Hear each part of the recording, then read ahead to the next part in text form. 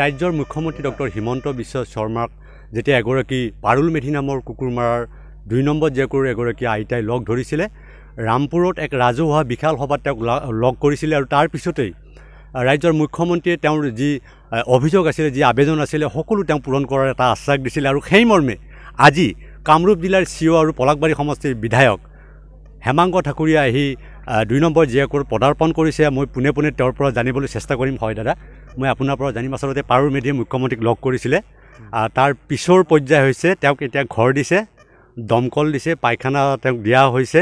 কওকচোন বাৰু আপোনাৰ পৰা মই এই গোটেইখিনি কথা জানিব বিচাৰিছোঁ।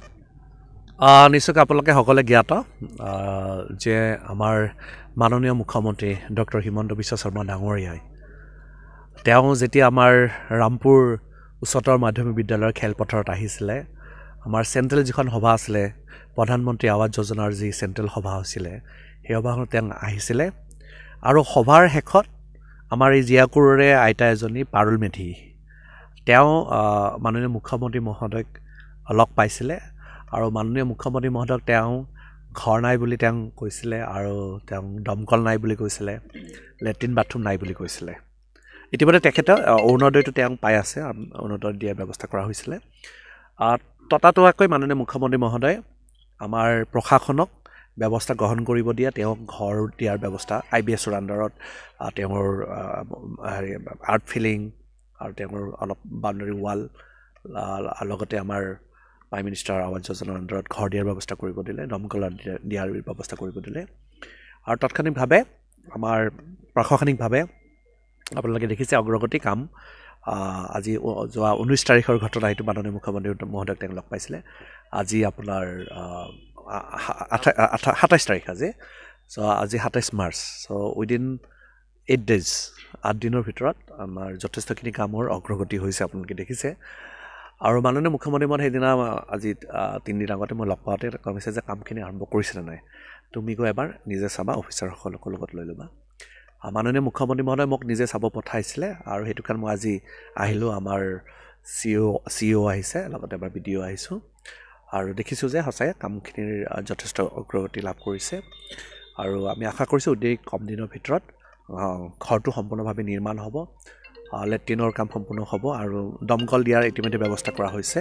এই গোটেইখিনি কাম অতি কম দিনৰ ভিতৰত কমপ্লিট হ'ব আৰু তেওঁ অৰুণোদয় ইতিমধ্যে পাই আছে আৰু নিশ্চয়কৈ আৰু দেখিছোঁ যে বাইদেউ অলপ ওলাই গৈছে, আমি তেওঁকো লগ পাব আহিছিলোঁ একচুৱেলি। পাৰুল মেধি বাইদেৱে যথেষ্ট উপকৃত হৈছে, তেওঁৰ মুখত এটা হাঁহি দেখিবলৈ আমি পাইছোঁ। চ' মই আশা কৰিছোঁ অকল পাৰুল মেধি বাইদেৱে নহয়, এইবাৰ যিহেতু আমাৰ গোটেই অসমত জিঅ' টেকিং চলি আছে, মাননীয় মুখ্যমন্ত্ৰী মহোদয়ে প্ৰত্যেকজন বিধায়কক প্ৰত্যেকজন অফিচাৰক কৈছে যে আমাৰ যোনে যোনে সঁচাকৈয়ে ঘৰ পাব লাগে চবকে যাতে আমি জিঅ' টেকিং কৰি অনাগত দিনবিলাকত তেওঁলোকক ঘৰ দিয়াৰ ব্যৱস্থা কৰোঁ, অৰুণোদয় দিয়াৰ ব্যৱস্থা কৰোঁ আৰু লেট্ৰিনৰ অনলাইন আৰম্ভ হৈছে আপোনালোকে জানে। সেইখিনি মাননীয় মুখ্যমন্ত্ৰী মহোদয়ে প্ৰত্যেকজন বিধায়কক প্ৰত্যেকজন গভৰ্ণমেণ্ট অফিচাৰক চোৱা চিতা নিজে চাবলৈ দিছে আৰু সেইটো কাৰণে আজি মই ভাবোঁ যে অকল পাৰুল মেধি বাইদেৱে নহয়, আমাৰ পলাকবাৰী সমষ্টিয়ে নহয়, গোটেই অসমত সকলোৱে উপকৃত হ'ব। আৰু নিশ্চয়কৈ ক'ব লাগিব আমাৰ নিউজ লাইভৰ দৰ্শকসকলে আন এখন স্ক্ৰীণত দেখিবলৈ পাইছে ৰাজ্যৰ মুখ্যমন্ত্ৰী ডক্টৰ হিমন্ত বিশ্ব শৰ্মাক পাৰুল মেধিয়ে কেনেধৰণে তেওঁক সাক্ষাৎ কৰিছে আৰু মুখ্যমন্ত্ৰীয়ে তেওঁক আচলতে তেওঁৰ যি আবেদন আছিলে আবেদন তেওঁৰ কেনেধৰণে মুখ্যমন্ত্ৰীয়ে গ্ৰহণ কৰিছে। আৰু মোৰ সৈতে আছে কামৰূপ জিলাৰ CEO সিদ্ধাৰ্থ গোস্বামী, মোৰ সৈতে আছে। মই তেওঁৰ পৰাও তাৎক্ষণিক এটা প্ৰতিক্ৰিয়া জানিবলৈ চেষ্টা কৰিম। হয় দাদা, আচলতে যিটো কথা ইতিমধ্যে সকলো জ্ঞাত হৈছে, কওকচোন বাৰু কেতিয়া বা কিমান সময়ৰ ভিতৰত বা কিমান দিনৰ ভিতৰত এই পাৰুল মেধিৰ যিটো প্ৰজেক্ট সম্পূৰ্ণ হ'ব? আমিতো মাননীয় মুখ্যমন্ত্ৰী মহোদয় যেতিয়া নিৰ্দেশ দিলে আমাৰ DC ছাৰক, আমি তাৰ নেক্সট ডেৰ পৰাই কাম আমি আৰম্ভ কৰিছোঁ।